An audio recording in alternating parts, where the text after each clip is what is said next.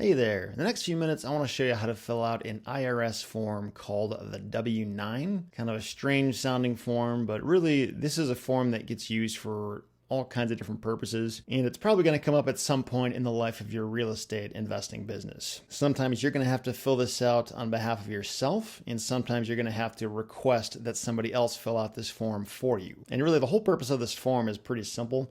Is just so that one party can get the information they need from the other party in order to file a specific form with IRS. So for example, whenever a property is being bought or sold and the closer needs to file a form called the 1099-S, in order to get that information, they could get it from this form if it's filled out and signed and dated by the appropriate party. Or for example, if you as the seller on a seller finance deal need to send out what's called a 1098 form to the borrower, you could also get that information from this as well. And those are just two examples. There's a slew of other reasons why this form could be helpful, but really I just want to show you how to fill this form out, whether you're filling it out on behalf of yourself or whether you're filling it out on behalf of somebody else and you're trying to get their signature. You would really just have to put all the information that you know right here in this form. And right now I'm showing you the online version from the IRS website. And keep in mind, this form actually changes and gets updated every so often. You'll see right here at the top where it says revised December 2014.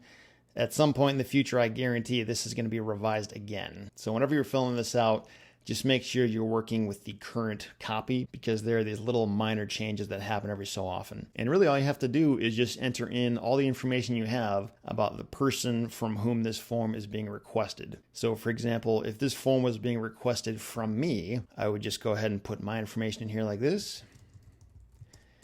And depending on whether you're filling this out on behalf of yourself or on behalf of a business entity, that's when you would fill in this second line here.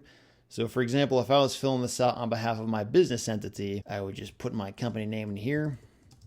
And then when you look at this second line right here, in my case, I have what's called a single member LLC, which in this form, the IRS essentially treats the same as like a sole proprietorship if you're just operating on behalf of yourself. So I would check this box right here. And then once that's done, I would go over here. None of this stuff applies to me, so I'm going to just leave that blank.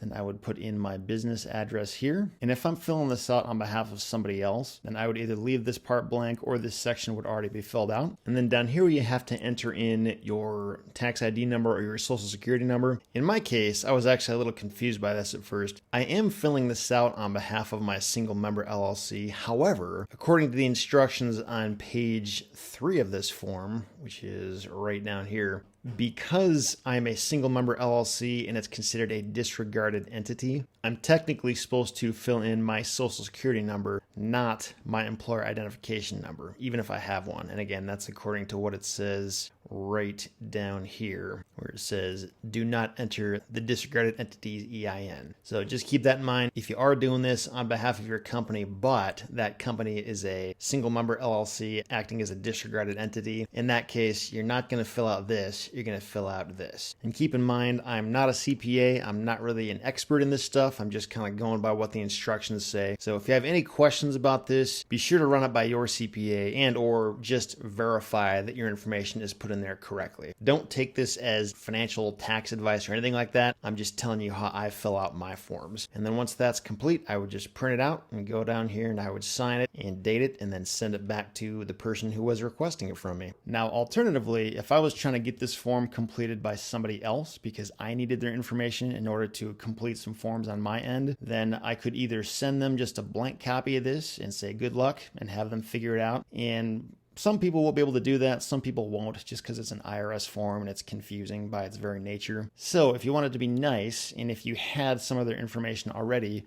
you could go ahead and fill out some of that for them. And for example, you could just go like this. If I was trying to get it from a guy named John Smith, I would put his name in here and I'm just getting this on behalf of himself personally. So I'd leave this section blank. Then I would check that box. And then down here, I would just put his address and then I would just kind of leave this blank or I would fill it in later. And then at this point, if I had his social security number for some reason, I would fill it in. But usually the whole reason I'm even asking for this form to get filled out is because I don't have their social security number. So when it comes to this section, I would basically just leave it blank. But when I print it out and scan it and send it to them, I'm going to want to indicate really clearly on here that they need to fill this out before they sign it, date it, and send it back to me. So usually what I would do is I would print it out and like highlight it or draw a big circle on it or put an arrow on it with some kind of a sticky note if I was sending them a hard copy. Just make it very clear and obvious that, hey, fill this out before you send it back to me. And then I would just send it to them, and I'd probably indicate as well here just to make it obvious, hey, sign this section and date this section. And that's really all you have to do. And then once you have this completed form with all the numbers and information and signatures and dates, then at that point you will have what you need in order to complete your 1099 or 1098 or any other document that you may need in the course of your business. So that's really all there is to it. That's what a W-9 is, and that's how you get it filled out. It's a pretty straightforward document, but if you're not accustomed to working with this, it can obviously be confusing. You can always feel free to read the rest of the directions here. It's very interesting reading, as you can tell.